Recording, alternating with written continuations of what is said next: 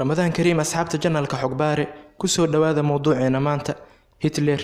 كمو هتلر ميوها شيدان سيدا دونيدا reer galbeedka sheegaan mise wuxuu qof caadi ah oo la mid ah hogaamiyaashii kale ee soo maray caalamka Adolf Hitler wuxuu dhashay 20 Abriil 1889 waxaana uu ku dhashay magaalada Brno amin ay ku taalay dalka Austria wuxuu u soo dhaqaaqay dalka Jarmalka sanadii 1913 hal sano kadib Hitler wuxuu u dagaalamay ciidamada Jarmalka ee dagaalkii koowaad adduunka shaqadiisu waxay ahayd inuu dhifaysada u kala gudbiyo amarada ka yimid taliyaasha sarsare ee ciidanka 13 Oktoobar 1918 dagaalkii koowaad ee adduunka weerar ay ciidamada Faransiiska ku soo qaadeen ciidanka Jarmalka ayuu ku dhaawacmay Hitler indhaha ayuuna waqti kooban beelay intii uu ku jiray dagaalkii koowaad adduunka Hitler wuxuu arkay sida ciidamada Jarmalka loo laayay dagaal kadibna sida Faransiiska iyo Ingiriiska u burbursheen wadankiisa Hitler oo aaminsanaa in dadka Jarmalka uu ka saray Yurubiyin kale una yaqaan inay yihiin qoomiyad daahira ayaa wuxuu u aqbalay in Faransiiska iyo Ingiriiska burburin karaan dalkiisa sida daraadeed burburka iyo jabka Jarmalka wuxuu ku eedeeyay kuwii aan wadaniyiinta ay ku noolaa wadanka Jarmalka oo uu la jeeday Yuhuudda iyo dadka aaminsan fikradda Shuuciyadda buugiisi caanka ee uu qoray ee loogu yeeri jiray Mein Kampf oo macnaheedu halgankii ayaa wuxuu ku qoray hadii hal mar aan wada sameyn lahayn Yuhuudda musuqmaasuq badan ee wadankeena ku nool Jarmalka dagaalka koowaad markuu soo jabsheen mid kamid ah baalasha buugiis ayuu Hitler wuxuu ku qoray maalmaha kamid ah ayaan waxa maqlay cod wuxuuna uu igu yiri orod dadka Jarmalka badbaadi oo sharaftooda u soo celi sida daraadeed Hitler wuxuu ku soo biiray siyaasadda sanadkii 1919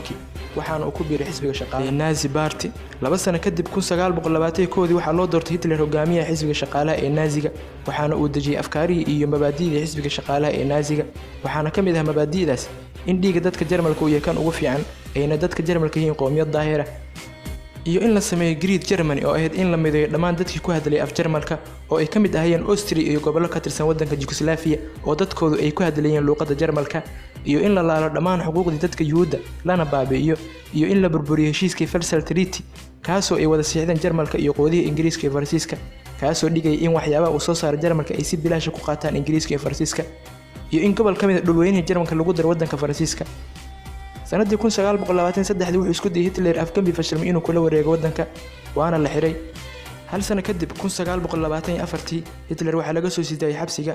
kasoo bixitaankiisii xabsiga Hitler wuxuu la taageerada shucuub badan oo Jarmalka ahayd kadib markii uu weeraray heshiiskii Versailles Treaty uuna dhiirigeliyay sameynta Great Germany iyagoo markaas kadib dadka Jarmalka u arkayay inuu yahay hogaamiye dabiici ah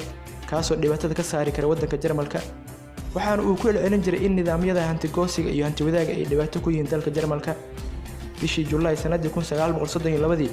xisbigii Hitler ee Nazi ayaa ku guuleystay aqlabiyadii baarlamaanka wuxuuna ugu dambeyn Hitler noqday hogaamiyihii Jarmalka 3 January 1933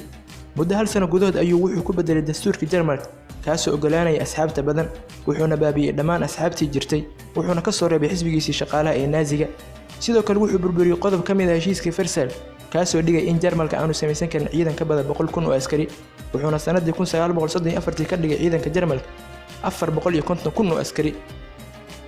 muddo 3 sano gudahood intii u dhaxaysay 1933 ilaa 1935 Hitler wuxuu wadankii Jarmalka ee kala qoqobsanaa ka dhigay mid qura isagoo sameeyay boqolaal xabsiyo waaweyn wuxuuna xirxiray dhammaan dadkii ka soo horjeeday fikradihiisii sidii kuwa aaminsanaa Shuuciyadda Yuhuudda iyo Curyaamadii waxaana lagu qiyaasay dadkii uu xiray inay ka badanaayeen 10 milyan oo ruux taasoo ka dhigneed 15% dadka Jarmalka ee xilligaas